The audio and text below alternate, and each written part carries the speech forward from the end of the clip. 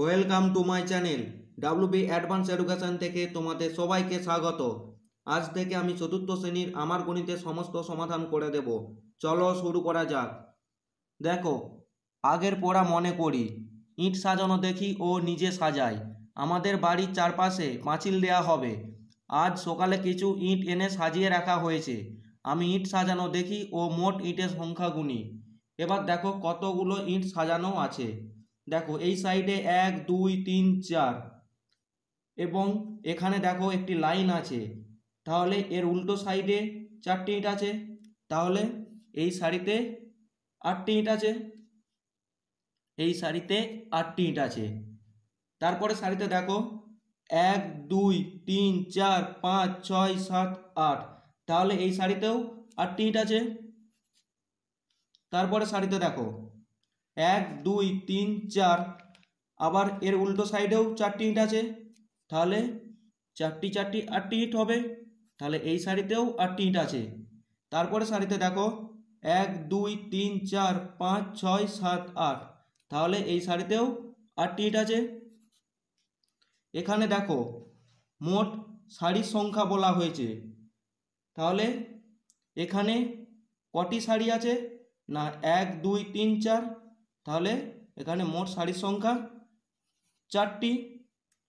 প্রতি সারিতে ইটের সংখ্যা দেখো, এখানে প্রতি সারিতে 8টি করে ইট আছে, তাহলে প্রতি সারিতে ইটের সংখ্যা হবে 8টি। এখানে সাজিয়ে রাখা মোট ইটের সংখ্যা, মানে সাজিয়ে রাখা প্রতি সারিতে 8টি করে ইট আছে, তার মানে একটি সারিতে 8টি ইট আছে। তাহলে এখানে 4টি সারি আছে, তাহলে মোট ইটের সংখ্যা হবে 4 গুণিত 8, তাহলে এটা গুণ করলে হবে 32টি। ঠিক আছে, এটা গুণ করলে হবে 32টি। একের দাগের অঙ্কটি দেখো, ঝিমলিদের মাঠে 300টি ইট সাজিয়ে রাখতে হবে। এখানে প্রতি সারিতে 10টি করে ইট রাখলে, মানে এক একটি সারিতে 10টি করে ইট রাখবে, তাহলে এখানে মোট সারি হবে 300 ভাগ 10। দেখো এই ভাগটা পাশে করে দেওয়া আছে, তাহলে এখানে 300কে 10 দিয়ে ভাগ করলে ভাগফল হবে 30, তাহলে মোট সারির সংখ্যা হবে 30টি। তারপরের অঙ্কটা দেখো, বলেছে সুজিত প্রতি সারিতে 8টি করে 208টি ইট সাজিয়ে রাখলো। এখানে বলা হয়েছে প্রতি সারিতে 8টি করে ইট সাজিয়ে রাখলো, মানে এক একটি সারিতে 8টি করে ইট সাজিয়ে রাখলো, তাহলে 208টি ইট সাজিয়ে রাখবে। সেক্ষেত্রে মোট সারির সংখ্যা হবে, এই 208কে যদি 8 দিয়ে ভাগ করি তাহলে আমরা সারির সংখ্যা পেয়ে যাব। তাহলে 208 ভাজিত 8, এই ভাগটা আমি খাতায় করে দেখাচ্ছি। এই 208কে 8 দিয়ে ভাগ করলে কি হবে দেখো, 208, তাহলে একক, দশক, শতক। তাহলে যদি ভাগ করি 8 দিয়ে, দেখো 2 দিয়ে যাবে, 8 2 16, 20 থেকে 16 বাদ দিলে হবে 4, এখানে 8 বসে যাবে। এবার দেখো 6 দিয়ে যাবে, 8 6 48, তাহলে এখানে আমাদের উত্তর বেরোলো 26। তাহলে এখানে যদি আমরা 208কে 8 দিয়ে ভাগ করি তাহলে এখানে হবে 26, তাহলে সে মোট 26টি সারিতে ইট রাখলো। তারপরে 3 দাগের অঙ্কটি দেখো, সোফিয়া 12টি সারিতে কিছু ইট সাজিয়ে রেখেছে, প্রতি সারিতে 12টি করে ইট রেখেছে।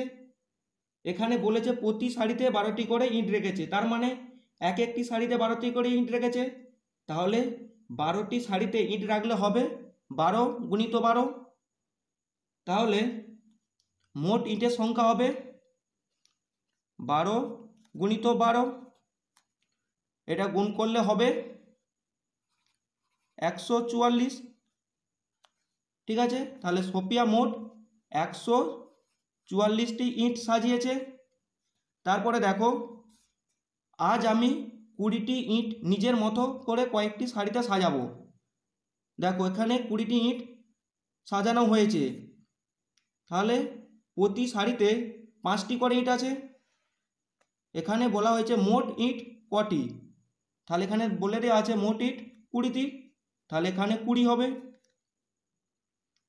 তারপরে প্রতি সারিতে ইঁট কটি, দেখো 1 2 3 4 5, তাহলে প্রতি সারিতে এখানেও দেখো 1 2 3 4 5, 5টি করে ইঁট আছে, তাহলে এখানে হবে 5টি।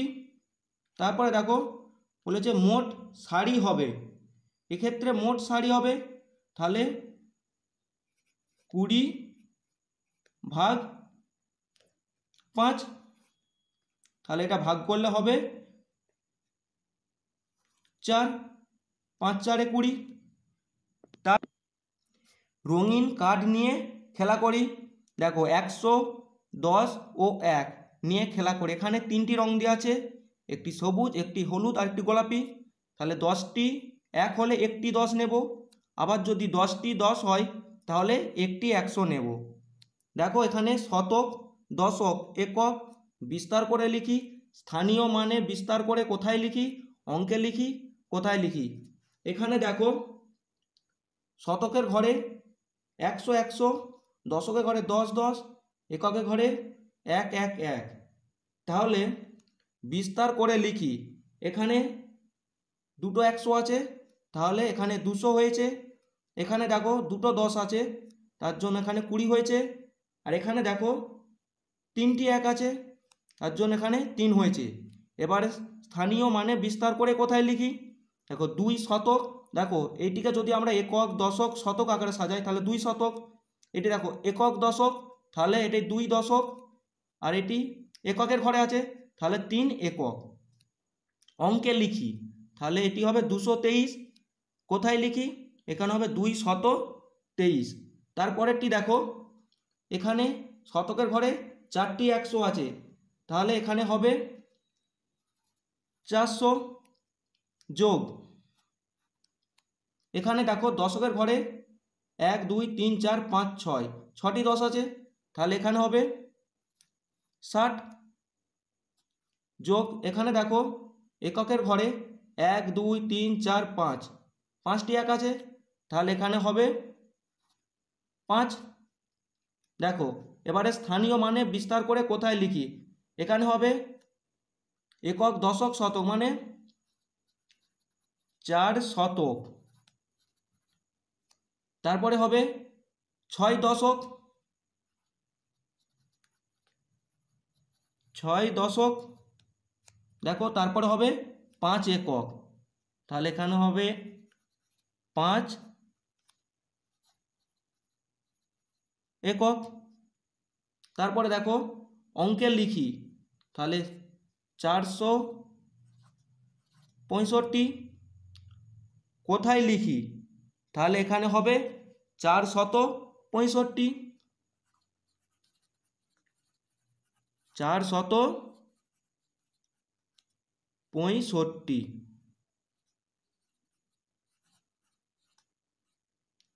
ঠিক আছে।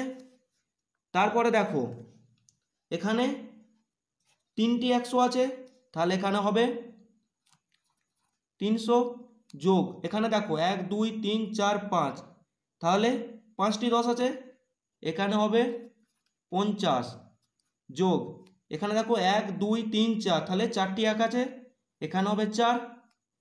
তাহলে এটিকে যদি আমরা স্থানীয় মানে বিস্তার করে কোথায় লিখি, এখানে হবে 3 শতক, একক, দশক, শতক, 3 শতক। এখানে 5 দশক,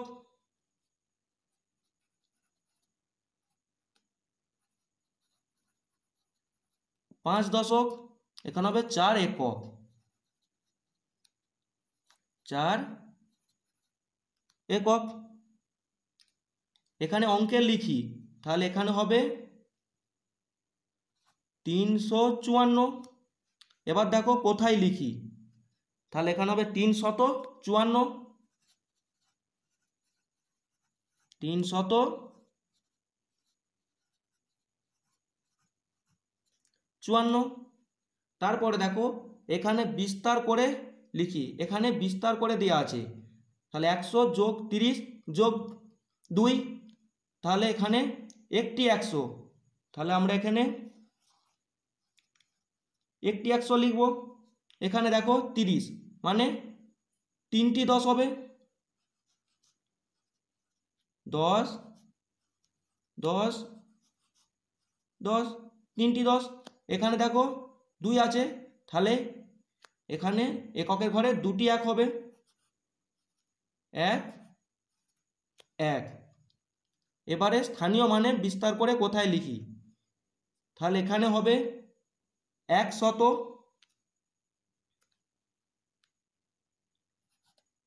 1